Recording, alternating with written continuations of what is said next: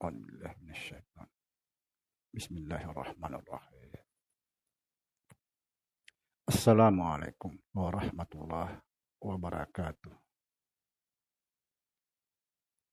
Saudara-saudara yang saya cintai dan yang saya sayangi dimanapun berada, semoga senantiasa dalam bimbingan Allah Subhanahu wa Ta'ala, diberikan rahmat sehat jasmani dan rohani, rahmat dipanjangkan umur oleh Allah Subhanahu wa Ta'ala, serta rahmat ilmu, yaitu ilmu-ilmu yang bermanfaat, dan rahmat kesejahteraan dunia akhirat. Amin ya rabbal alamin. Saudara-saudara, pada kesempatan ini saya sekedar ingin menanggapi banyaknya yang bertanya mengenai konten saya menjelaskan keluar dari hukum Allah. Memang keluar dari hukum Allah salah satu ilmu yang tertinggi. Sebagai orang awam seperti kita ini belum bisa berjalan di sana. Kalau kita bicara mengenai keluar dari hukum Allah, mungkin banyak yang belum memahami akan menganggap ajaran ini ajaran sesat. Tapi insya Allah saya akan berbicara seperti itu. Saya akan menanggapi, berani berbuat, berani bertanggung jawab. Apa yang dimaksud keluar dari hukum Allah? Saya sedikit mengutip kata dari guru saya, pernah menjelaskan kepada saya. Kata Allah, keluar engkau dari dirimu, keluar engkau dari nafsumu, keluar engkau dari hatimu, dan keluar engkau dari hukumku. Niscaya engkau sampai kepadaku. Apa yang dimaksud keluar dari diri, dari nafsu, dari hati, dan keluar dari hukum Allah? Yang dimaksud ini adalah fanakan dirimu.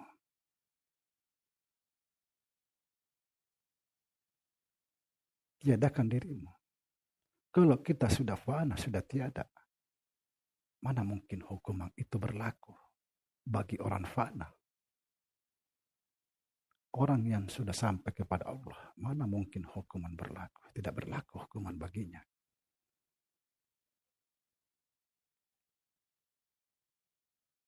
Siapa yang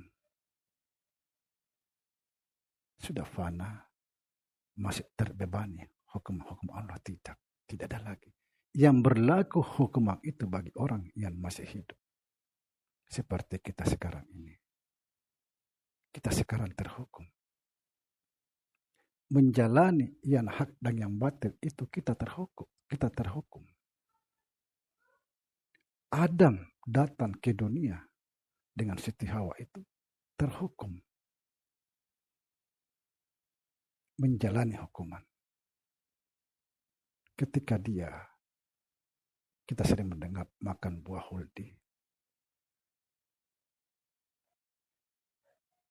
yang dilarang oleh Allah, lalu dibuang ke dunia untuk menjalani hukuman itu.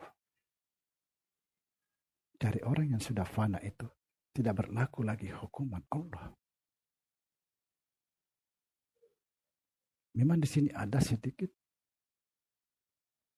rahasia, tapi kita tidak bisa membuka di sini. Karena seperti saya sampaikan tadi bahwa sebagai orang awam seperti kita ini belum bisa berjalan di situ.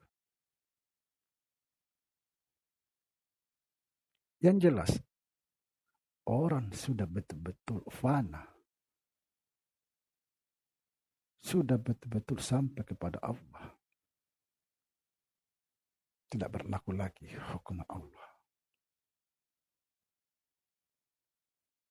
Subhanallah. Yang jadi pertanyaannya, apakah kita sudah betul-betul fana? Kalau kita masih melihat diri kita, itu namanya belum fana.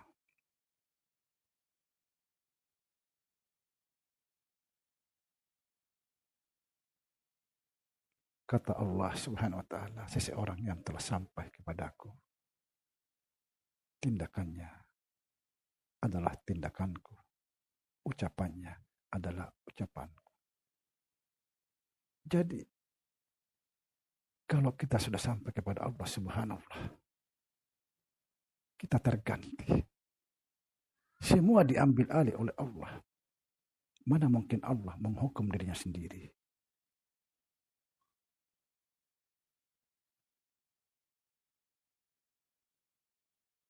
Mari kita belajar tentang ilmu tasawuf.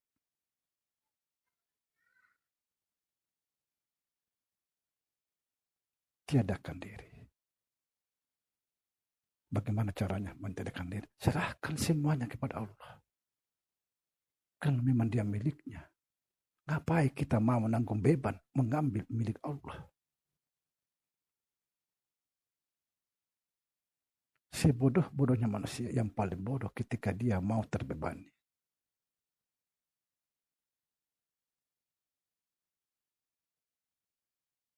Lepaskan semua beban itu, kembalikan semua kepada Allah Subhanahu wa ta'ala. Inilah orang-orang terbebas. Tidak terhukum lagi. Dia tinggal menikmati antara baik dan buruk. Orang sudah fana. Tidak ada lagi namanya yang hak dan yang batil. Orang yang sudah fana.